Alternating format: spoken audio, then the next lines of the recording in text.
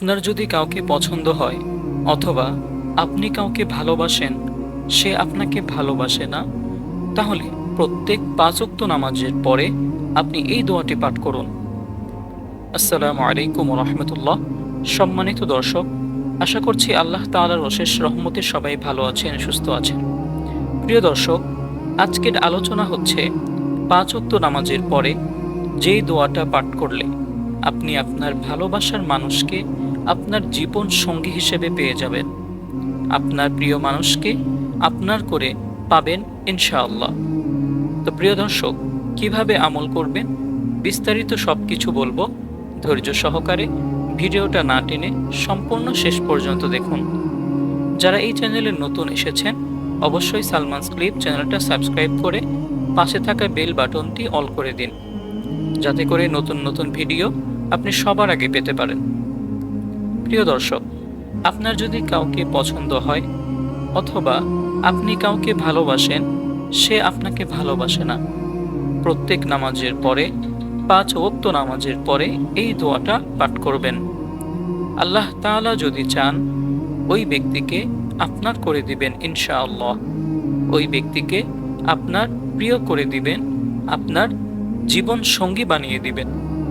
তবে সর্বক্ষেত্রে একটা জিনিস খেয়াল রাখতে হবে, আপনি যে আমলই করেন না কেন, সবসময় আল্লাহ তাআলার উপরে ভরসা রেখে তারপর আমল করবেন।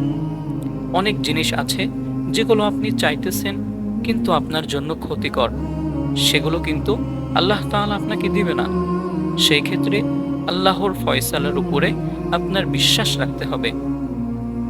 সম্মানিত প্রিয় দর্শক, যখনই আপনি আমল করবেন ৫ ওয়াক্ত নামাজের পরে নির্দিষ্ট স্থানে বসে প্রথমেই ইস্তেগফার পাঠ করে নেবেন। আস্তাগফিরুল্লাহ, আস্তাগফিরুল্লাহ, আস্তাগফিরুল্লাহ। ৩ বার ইস্তেগফার পাঠ করে নেওয়ার পরে ৩ বার দরুদে ইব্রাহিম পাঠ করবেন, যে দরুদ শরীফটা আমরা সব সময় নামাজের মধ্যে পড়ে থাকি। দরুদে ইব্রাহিম, আল্লাহুম্মা সাল্লি আলা মুহাম্মাদিন ওয়া আলা আলি মুহাম্মাদ كما صليت على إبراهيم وعلى آل إبراهيم إنك حميد مجيد اللهم بارك على محمد وعلى آل محمد كما باركت على إبراهيم وعلى آل إبراهيم إنك حميد مجيد। এভাবে সহি শুদ্ধভাবে ৩ বার দরুদ ইব্রাহিম পাঠ করবেন।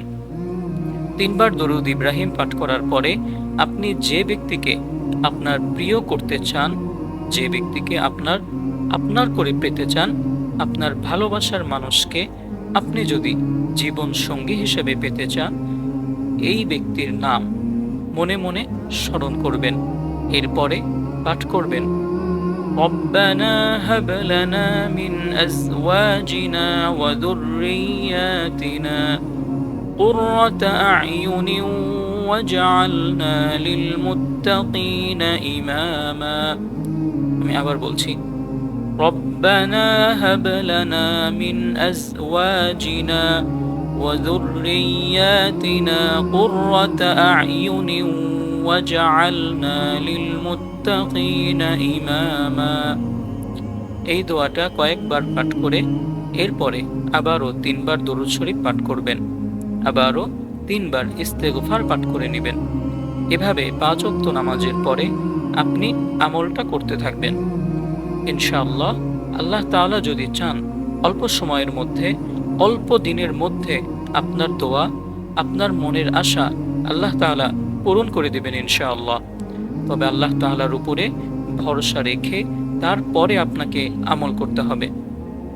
যদি আল্লাহ তাআলা চান যে আপনার জন্য কল্যাণকর হবে, আপনার জন্য ভালো হবে, তাহলে অবশ্যই আপনাকে সফলতা দান করবেন, আপনার মনের আশা কবুল করবেন। কিন্তু আল্লাহ তাআলার উপর থেকে কখনো বিশ্বাস হারানো যাবে না। আল্লাহর উপরে ভরসা রেখে তারপরই আমল করতে হবে। যে আল্লাহ তাআলা যা চান ভালোর জন্যই চান, আল্লাহ তাআলা যা করেন আমাদের ভালোর জন্যই করেন।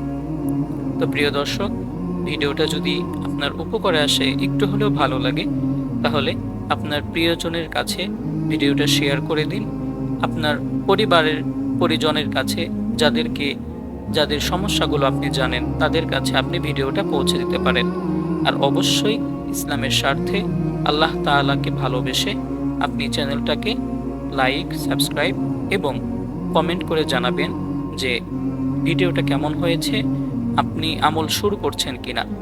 যদি আপনি আমলটি শুরু করে থাকেন তাহলে অবশ্যই আমাকে জানিয়ে রাখবেন। আমি ইনশাআল্লাহ সবার জন্য দোয়া করব। তো ঠিক আছে, আজ এ পর্যন্তই। সবাই ভালো থাকুন, সুস্থ থাকুন। আসসালামু আলাইকুম ওয়া রাহমাতুল্লাহি ওয়া বারাকাতুহু।